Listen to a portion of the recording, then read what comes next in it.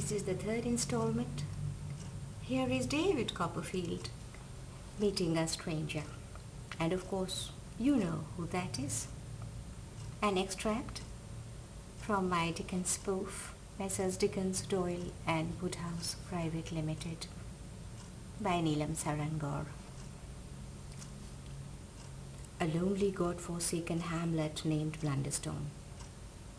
That is the village where I had the unhappiness of being born, and I would say, somewhat indifferently brought up, at a gloomy cottage then called Blunderstone Rooks, now derelict and deserted by the very rooks that gave it its name. It was in those dismal environs that I had the misfortune of meeting this stranger. I saw him, I recollect, that first afternoon, placidly contemplating my poor mother's grave beneath the murky yews beside our ramshackle church. "Ah, Brooks of Sheffield!" he accosted me in great and bounding joy. "Just the man to complete this delightful country landscape. And how may you be, dear sir? You have come, I surmise, to kneel at the burial place of our poor, silly little Clara, bless her pretty little head. This visitation does you credit, lad."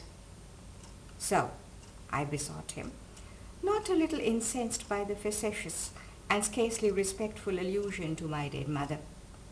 "I have not the pleasure of your acquaintance, sir.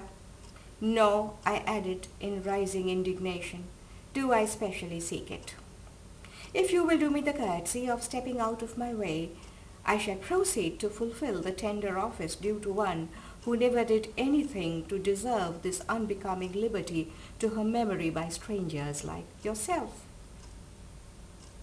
But the man turned not a hair. "I speak to Mr.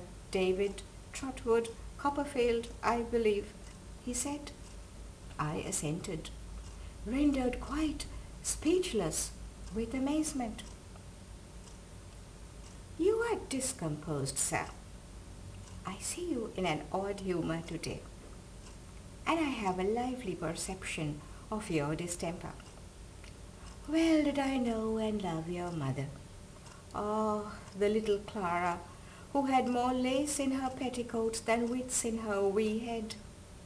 I do remember her china blue eyes, small waist, and the little hands and feet in dainty boots, as attractive in her morning gown as out of it, and never more delightful than when she gave a scream and became insensible.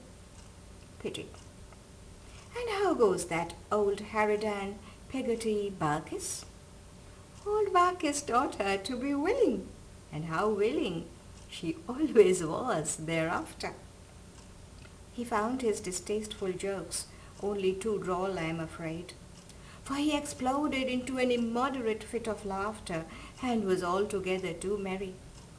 I walked faster, and so did he, easily falling in step with me, his features pulled in an outrageous grin, laughing diabolically the while. "And how is the missus, the angelic Agnes?" he pursued. "Ah, Copperfield, Copperfield," he roared with laughter. "To think you do not know me, fie upon you, sir."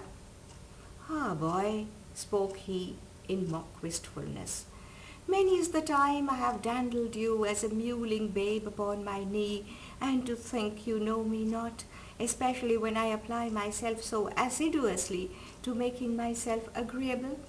Nay, I wouldn't have missed meeting you for all the wealth of the Indies." "But who may you be, sir?" cried I, absolutely discomposed. "Oh, that's rich, forsooth, lad. I may be, for all you know, little Miss Moucher's son. No, that's incredible. Or I may be Mr. Micawber's business partner in the jute line. No, I may even be Uriah Heep's runaway father escaped from Newgate, or the maiden Miss Murdstone's paramour. Or let's suspend our disbelief for the moment and assume that I am the ghost of Aunt Betsy's errant husband. No, away with all these supposititious phantoms.